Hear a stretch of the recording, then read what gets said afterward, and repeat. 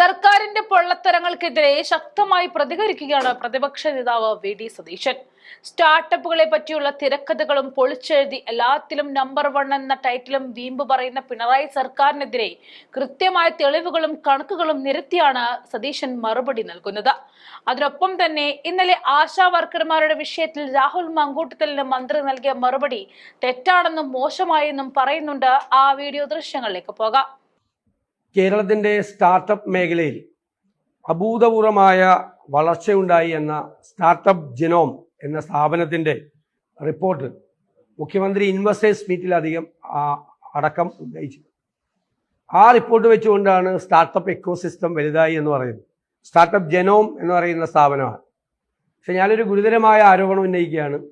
ഈ സ്ഥാപനത്തിന് പണം കൊടുത്തിട്ടാണ് ഇങ്ങനെ ഒരു റിപ്പോർട്ട് ഉണ്ടാക്കിയത്. പണം കൊടുത്തിട്ടാണ്.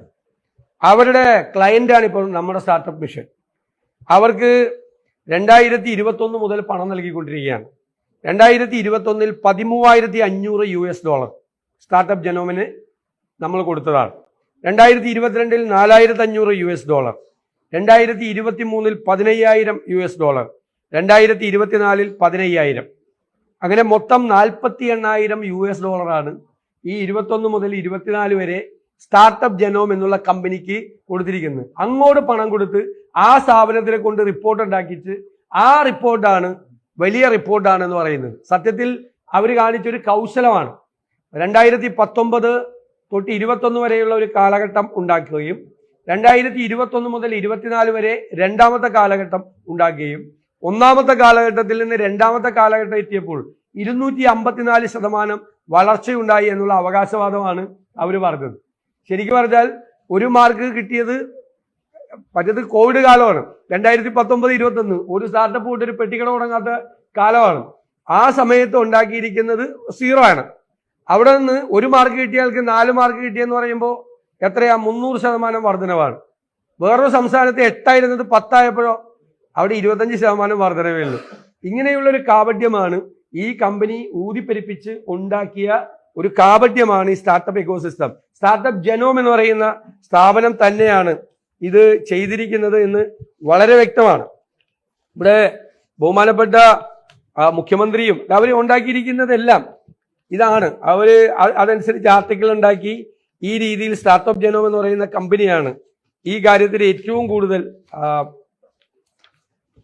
പബ്ലിസിറ്റി കൊടുത്ത് ഇങ്ങനെ ആക്കാൻ വേണ്ടിയിട്ട് ശ്രമിച്ചത് എന്ന് വളരെ വ്യക്തമായിരിക്കുകയാണ്. അപ്പൊ എന്തിനാണ് ഇങ്ങനെ അങ്ങോട്ട് പണം കൊടുത്ത് ഏജൻസികളെ വെച്ച് ഉണ്ടാക്കി നമ്മളോട് തർക്കിക്കാൻ വരുന്നത്? ഞങ്ങളിത് തുടങ്ങിയപ്പോൾ തന്നെ പറഞ്ഞതാണ്. ഈ സ്ഥാപനത്തിന്റെ ക്ലയന്റ് ആണ് സ്റ്റാർട്ടപ്പ് മിഷൻ എന്നും പണം കൊടുത്ത് ഉണ്ടാക്കിയ ഒരു തട്ടിക്കൂട്ട് റിപ്പോർട്ടാണ് ഇതെന്നും ആരോപണം ഉന്നയിച്ചിരുന്നു. അത് ഞങ്ങളിത് ആരോപണമായിട്ട് തന്നെയാണ് ഉന്നയിക്കുന്നത്. അവർക്ക് പണം കൊടുത്തുണ്ടാക്കിയതാണ്. ഈ ആരോപണം നിഷേധിച്ചാൽ അതിനുള്ള തെളിവുകൾ ഞങ്ങൾ ഹാജരാക്കാം. പണം കൊടുത്തുള്ളതിന്റെ തെളിവുകൾ ഞങ്ങൾ ഹാജരാക്കാം. സത്യത്തിൽ റിപ്പോർട്ടിൽ കേരളം മുൻപന്തിയിൽ നിൽക്കുന്നത് അഫോർഡബിൾ ടാലന്റ് എന്നുള്ള ഗണത്തിലാണ്. സ്വാഭാവികമായിട്ടും മറ്റ് സംസ്ഥാനങ്ങളെയും രാജ്യങ്ങളെയും അപേക്ഷിച്ച് നമ്മുടെ മാനവ വിഭവശേഷി എന്ന് പറയുന്നത് വലുതാണ്. ശമ്പളം കുറവാണ്. കുറഞ്ഞ ശമ്പളത്തിൽ ജോലി ചെയ്യും. അതുകൊണ്ടാണ് അഫോർഡബിൾ ടാലന്റ്. യൂറോപ്പിൽ നിന്നോ മറ്റ് രാജ്യങ്ങളിൽ നിന്നോ ആളുകളെ വയ്ക്കുന്നതിനേക്കാൾ എളുപ്പത്തിലുള്ള ആളുകളെ, ഇപ്പോൾ ടെക്നീഷ്യൻസിനെ വയ്ക്കുന്നതിലോ IT എക്സ്പേർട്സിനെ വയ്ക്കുന്നതിലോ നല്ല എക്സ്പേർട്സ് ആയിട്ടുള്ള ആളുകളുണ്ട്. മറ്റ് സ്ഥലങ്ങളിൽ നിന്നിട്ട് കമ്പയർ ചെയ്യുമ്പോൾ സാലറി കുറച്ച് മതി. അതാണ് അഫോർഡബിൾ ടാലന്റ്. ആ കാര്യത്തിൽ നമ്മൾ പണ്ട് ഒന്നാം സ്ഥാനം. നമുക്ക് നമ്മുടെ ഹ്യൂമൻ റിസോഴ്സസ് എന്നും മുമ്പിൽ നിൽക്കുന്ന ഒരു സംസ്ഥാനമാണ്. അതിനാണ് ഒന്നാം സ്ഥാനത്ത് എത്തിയിരിക്കുന്നത്, അല്ലാതെ അല്ല. അതുപോലെ ഇന്നലെ നിയമസഭയിൽ $48,000 കൊടുത്തു. ഞാൻ അതിൻ്റെ ഡീറ്റെയിൽസ് തരാം. ഓരോ വർഷം കൊടുത്തതിൻ്റെ ഡീറ്റെയിൽസ് തരാം. പിന്നെ ഇന്നലെ നിയമസഭയിൽ മന്ത്രി പറഞ്ഞു രാഹുൽ മാങ്കൂട്ടത്തിൻ്റെ അടിയന്തര പ്രമേയ നോട്ടീസിൽ സിക്കിം വർദ്ധിപ്പിച്ചിട്ടില്ല. സിക്കിം ഗവൺമെന്റിന്റെ ഉത്തരവാണ് എൻ്റെ കയ്യിലുള്ളത്.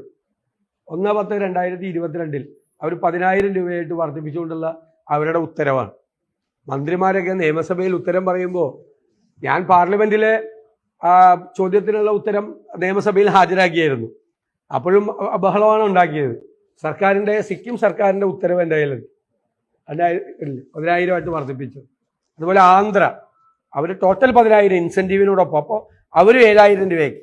കേന്ദ്ര ഗവൺമെന്റിന് 3,000 ആയിട്ട് 10,000 രൂപയാക്കി. അപ്പോൾ ഈ ആശാവർക്കർമാരുടെ സമരം ഒത്തുതീർപ്പിലെത്തിക്കാൻ മുഖ്യമന്ത്രി മുൻകൈ എടുക്കണമെന്ന് ഞാൻ വീണ്ടും ആവശ്യപ്പെടുകയാണ്.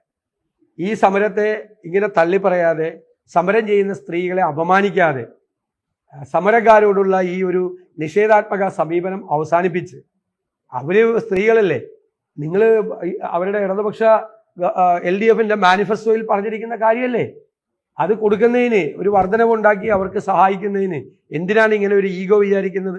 ബഹുമാനപ്പെട്ട മുഖ്യമന്ത്രി അവരെ വിളിച്ച് ചർച്ച ചെയ്യണം എന്ന് ഞാൻ ഒന്നുകൂടി മുഖ്യമന്ത്രിയോട് ആവശ്യപ്പെടുകയാണ് ഇക്കാര്യത്തിൽ.